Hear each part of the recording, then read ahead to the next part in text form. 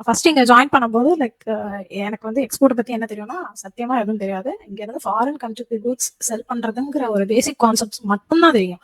அத விட்டு வேற என்ன தெரியும்னு நீங்க கேட்டிருந்தீங்கன்னா, சத்தியமா எதுவும் தெரியாது. ஆனா எனக்கு எக்ஸ்போர்ட் பண்ணணும் அப்படிங்கிற ஆசை மட்டும் இருந்தது. அதுக்கப்புறம் நான் உள்ள வந்தேன். உள்ள வந்து கிளாஸ் உட்கார ஆரம்பிச்சேன்.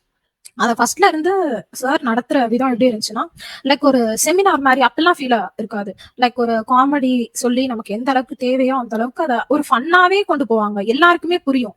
அ அது எப்படி சொல்றது? பார்த்து வாசிக்கிற மாரி இருக்காது. ஒவ்வொருத்தருக்கும் நம்ம வந்து 1000 கேள்வி கேட்டாலும், அத வந்து ஒருத்தங்களால சொல்ல முடியும்னா, கண்டிப்பா நான் சார சொல்வேன்.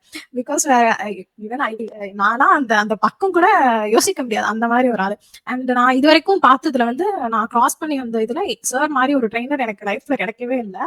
அண்ட் அ இந்த மாரி கிடைச்சதுக்கு ஐ மீன் எப்படி சொல்றது? ஃபர்ஸ்ட் டைம் நான் இந்த மாரி ஒரு ட்ரெய்னர் பார்க்குறேன். Thank you so much sir. And அதுக்கப்புறம் வந்து எல்லாரும் வந்து கேட்கணும். கேட்டா ஒரு விஷயத்த கத்துக்கலாம், கத்துக்கலாம்னு சொல்லுவாங்க.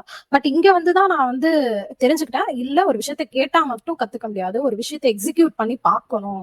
ஹோம் ஒர்க் அப்டின்ட்டு இருக்கு. அது டாஸ்க் அப்டின்ட்டு நெறைய விஷயம் இருக்கு. அத பண்ணா மட்டும் தான் கேள்வின்ற ஒண்ணு வரும் அப்டின்ட்டு. அதுவரைக்கும் அந்த மங்குனிக்கு தான் சரி கேட்போம் கேட்போம்ன்னு நான் எதையும் கேட்க மாட்டேன்.